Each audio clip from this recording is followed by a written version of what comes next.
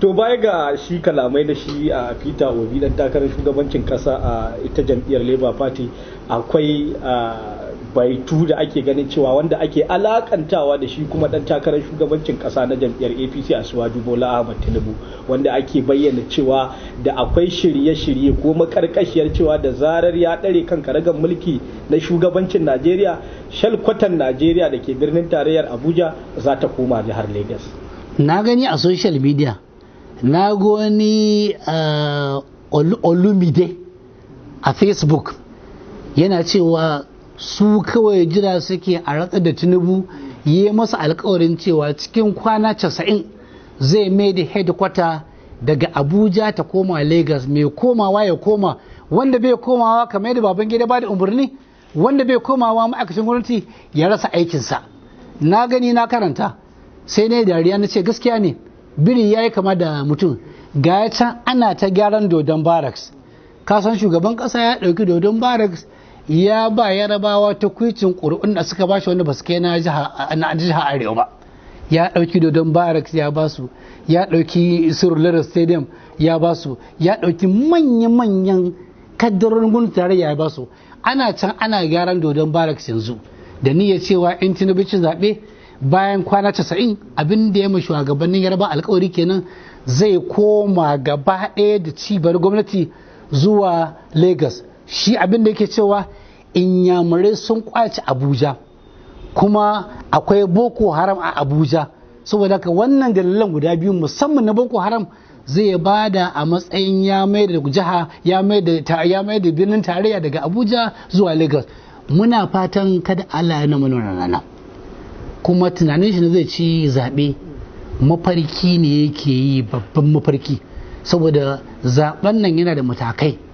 Dukkan matakan cin zaben nan ya bar su baya. Mai neman ƙuri'a a Najeriya kuma a siyasar duniya ana bukata a san uwarsa da ubansa da asalinsa, ana bukata a san sunan shi ko sunayensa. Yau Bola Tinubu akwai inda zaka je sunan shi daban, a America sunan shi daban mun gani, a Lagos sunan shi daban, mu anan wurin sunan shi daban. Sannan in ka tambaye shi ainihin tarihi uwa da uba sai dai a yi ta kame-kame. In ka tambaye shi wace primary school ya wallahi ba zai iya gaya maka ba, secondary school bai zai iya gaya maka ba. Form da ya cika na INEC na bana primary school dash, secondary school dash, amma da shi kuma sai aka ce university sai university ne. Ni kuma na san a tarihin duniya ba a yin secondary school sai da primary, ba a university sai da secondary, ba sunan secondary ba sunan primary, amma ya ce ya yi university. Sannan mai lafiya ake bukata, mu mun ga hadarin zaɓe mara lafiya.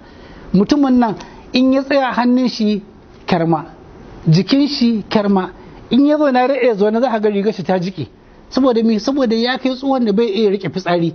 A haka ne yake so ya shugabancin Najeriya. Sun ce shugabannin kasashen duniya ciki har da Amurka da dama sun jagoranci kasarsu a halin rashin lafiya. Akwai wanda ya zauna akan kujera da ita yake mulkin kasarsa, amma shi mun san uwarsa, mun san ubansa, mun san firamare da ya, mun san sakandare da ya, kuma bai cin amana. Gidan da yake gidan haya ma yace kafin ya zama shugaban kasa. Sannan za ka iya tabbatar da ainihin asalin dukiyarsa. Sannan ya san yawan 'ya'yansa, ya san yawan matansa, ya san yawan 'yan uwansa.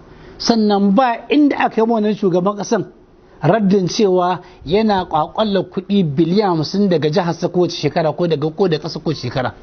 Shi fa mulki in kana nema sai ka zo a faifai ka ɗora ko kai wane ne. Mu dai yanzu mun san ko wane ne Bola Ahmed Tinubu. Bai da matsayi, bai da mutunci, bai da kamun kan da zai ce na neman ya mulki ƙasa irin Najeriya. Amma 'yan Najeriya in kun ji kun gani, ga kunan, ga Bola Tinubu nan, ga headquarter nan ta koma Lagos, ga dukiyar ƙasa nan a hannunsa, ga makaman ƙasa nan a hannunsa. La haula wala quwwata illa billah, hasbunallahu wa ni'mal wakil.